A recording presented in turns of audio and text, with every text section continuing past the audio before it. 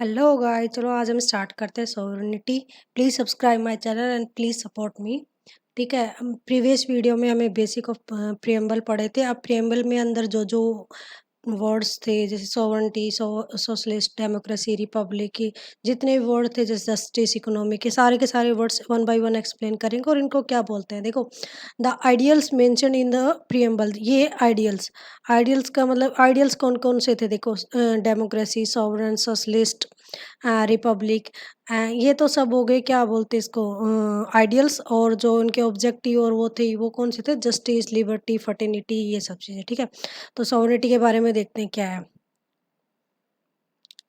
एक minute.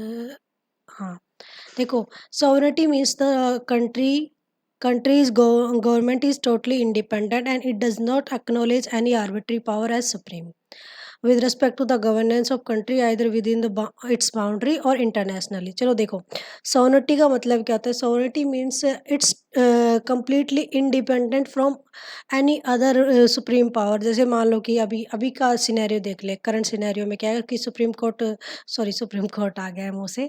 USA is a supreme power ना in world, but उसके साथ साथ जैसे चाइना वगैरह, रसिया, बहुत सारी कंट्रीज ऐसी है जो ग्रो अप हो रही है। ठीक है, ग्रोइंग कंट्रीज है, बट इन सब का एक दूसरे से इन्फ्लुएंस हो रहा है। इन्फ्लुएंस मीन्स जैसे ट्रेड की वजह से, मान लो किसी बाउंड्रीज की वजह से, मान लो बहुत सारे रीजन्स हैं जिनकी वजह से एक दूसरे के, जैसे इंटरनेशनल रिलेशन कैसे हैं, इन सब की वजह से एक दूसरी कंट्रीज डिपेंडेंट है एक दूसरे पे। बट सॉवरेनिटी का मतलब है कि पूरा का पूरा इंडिपेंडेंट होना। अगर यूएसए कुछ बोलता है इंडिया को, तो इंडिया उसको मानता है या नहीं मानता, ये टोटली इंडिया के ऊपर डिपेंड करता है। वो क्या बोलते हैं, यूएसए के बोले हुए वर्ड्स को मतलब फॉलो करेगा या नहीं करेगा, ये टोटली डिपेंड ऑन इंडिया। तो वही चीज़ है कि ये सारा का सारा सॉवरेन है, ये अपनी चीज़ों पे डिपेंड है। ये किसी की बातें माने ना माने, इसके ऊपर है। चाहे वो एक्नॉलेज मतलब कि दूसरों की पावर को एक्नॉलेज करेगा या नहीं करेगा, इसके ऊपर डिपेंड है। अब मतलब कि governance with in the country, country के अंदर जो रूल रेगुलेशन बन रहे हैं, उनको मतलब उनके ऊपर, और आउटसाइड बाउंड्री मतलब इंटरनेशनली भी मतलब डिपेंड करता है कि भाई कंट्री मानती है या नहीं मानती किसी की बात। ठीक है, the example argue work providing both side, मतलब कि दोनों साइड डिपेंड करता है कि यूएसए मानता है या नहीं मानता इंडिया की, और इंडिया यूएसए की बात मानता है नहीं। मतलब मैं एक एग्जांपल लेके बता रही हूँ। तो ये चीज़ें दोनों के ऊपर, दोनों साइड से डिपेंड करती है। देखो, एलपीजी हुआ था, एलपीजी कब हुआ था, 1991 में। ठीक है, 1992 मान लो। ठीक है, जो एलपीजी एलपीजी की फुल फॉर्म क्या है, लिबरलाइजेशन, प्राइवेटाइजेशन एंड ग्लोबलाइजेशन। ठीक है, इसके बाद इंडिया ने अपना मार्केट खोल दिया वर्ल्ड के लिए, ताकि यहाँ पे आओ, इन्वेस्ट करो, और ये सब मतलब कि इंडस्ट्रीज वगैरह इस्टेब्लिश करो। तो ये सब चीज़ें हुई थी।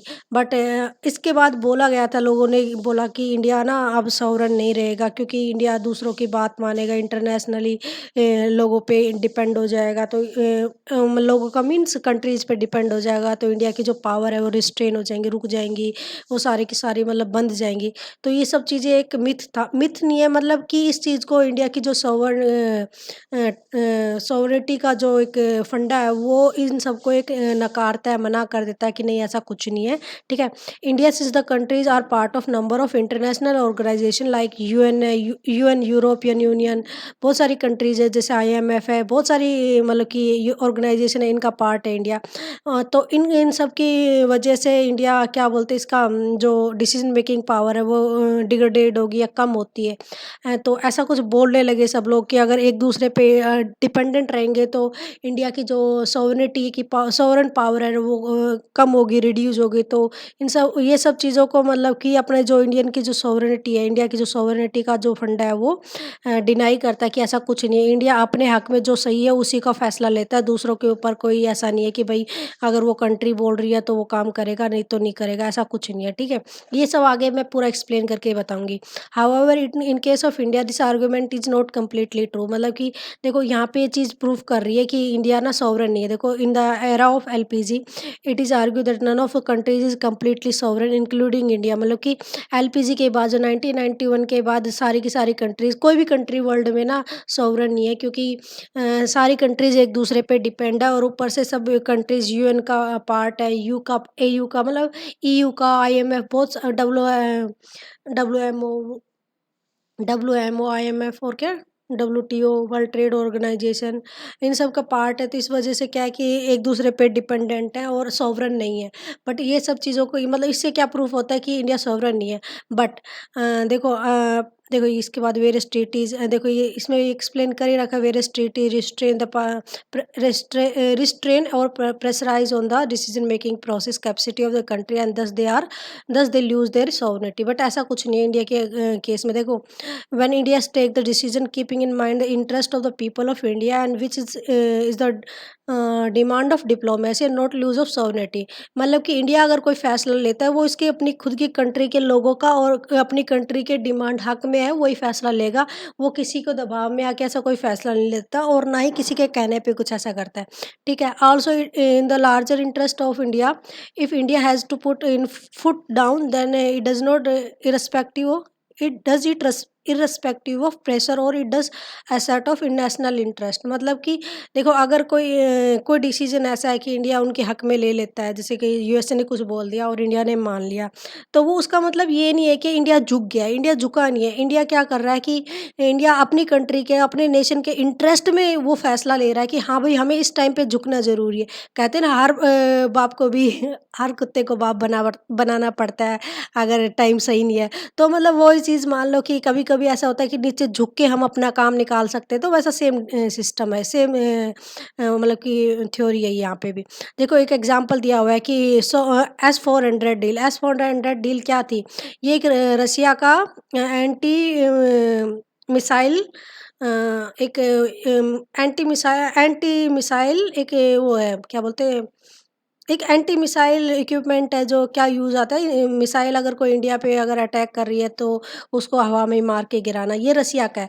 तो वैसे ही थार्ड क्या है? थार्ड है यूएसए का। यूएसए का तो यूएसए चाहता है कि वो उनका थार्ड खरीदे, ना कि इसका क्या बोलते हैं, रसिया का। और ऊपर से उनका एक और लो है जो है कास्टा। कास्टा के अंदर क्या था कि अगर कोई रसिया, ईरान या फिर नॉर्थ कोरिया से कुछ डिफेंस इक्विपमेंट खरीदता है तो वो उनकी एक पॉलिसी है, उसमें क्या है कि वो रिस्ट्रिक्शन लगा देंगे ट्रेड पे उस कंट्री के ऊपर।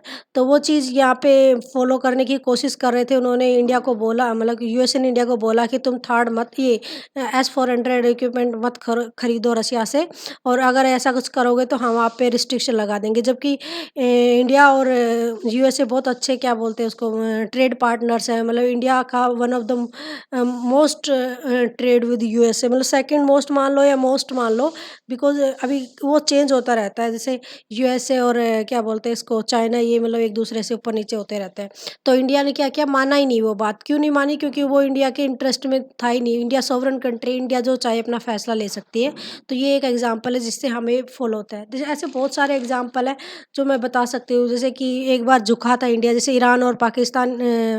ईरान पाकिस्तान इंडिया का एक एग्रीमेंट था कि natural gas and oil through the pipeline project था। एक आईपीएल, ईरान पाकिस्तान इंडिया की एक पाइपलाइन थी जो तीनों कंट्री से पास होकर निकलती थी। बट इंडिया क्या बोला कि इंडिया ने एकदम से विड्रॉ कर लिया। क्यों? क्योंकि यूएसए ने बोला था। बट यूएसए ने क्यों बोला था? क्योंकि अगर इंडिया हाँ, यूएसए ने इंडिया को बोला था, तो इंडिया ने ऐसा क्यों माना?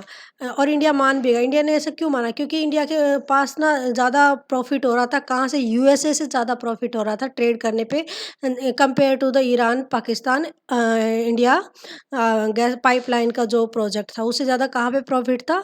यूएसए से। चलो ठीक है, थैंक यू, बाय बाय। और इसके सारे बहुत सारे एग्जाम्पल है जो आप देख लेना। Please subscribe my channel. Thank